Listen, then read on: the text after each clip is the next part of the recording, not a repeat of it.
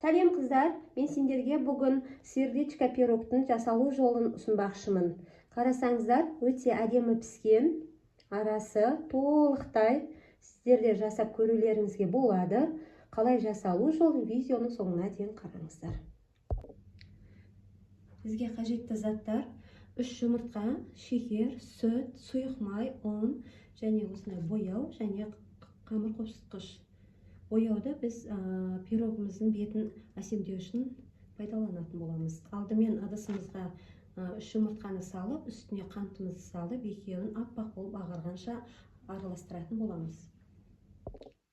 Жұмыртқа мен шекерім осындай аппақ болып ағарғанша араластырдым. Мен венчикпен ұзақ уақыт араластырдым. Негізі сіздер миксермен істесеңіздер тез боласыздар. Енді осының үстіне сүтті және сұйық майды екеуін бірге құйып араластыратын боламыз.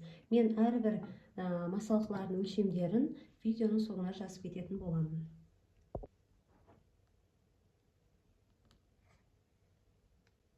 Ұнды електен өткізіп аламыз және үстіне 1 шай қасық қопсытқышты қосып, екеуін араластырып масалқымызға салатын боламыз.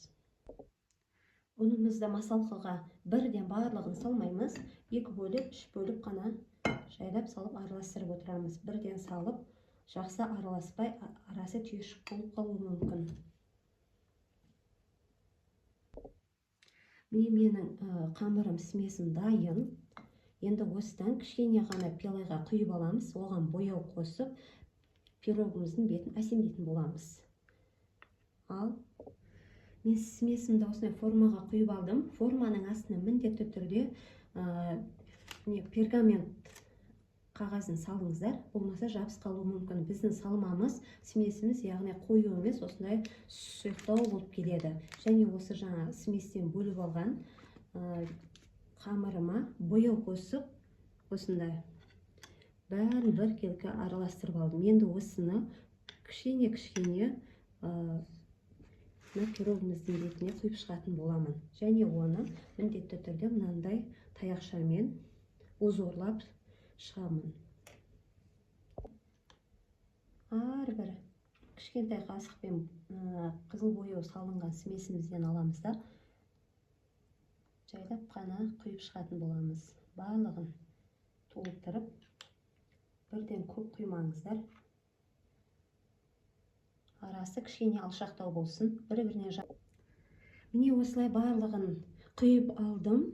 Барлығын енді бізде таяқшаның көмегімен жүрекше тәріздес етіп қосып шығатын боламыз. Мен шетінен бастайын, негізі ортасынан бастайтын едім.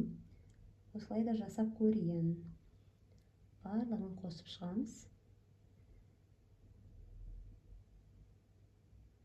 Сонда бізге сердечко пирог деп аталатын хит пирог. Міне, дайын болды. Енді осыны ысып тұрған пешке жарты сағатқа әдемі етіп пісіріп алатын боламыз. Пештен шықты. Мен осылай тексеріп көрдім. Таяқшамен тексергенімізде құрғақ болып шыққан. Жақсы, тамаша пісті. Енді осыны формадан алып суытатын боламыз. Менің пирогым дайын. Қарасаңыздар, толық әдемі пісіп шықты. Арасы әдемі көтерілді. Сіздер де жасап көріңіздер. Астарыңыз дәмді болсын. Видео ұнаса, маған лайк басып, комментарий жазып, міндетті түрде менің арнама тіркеліп кетіңіз.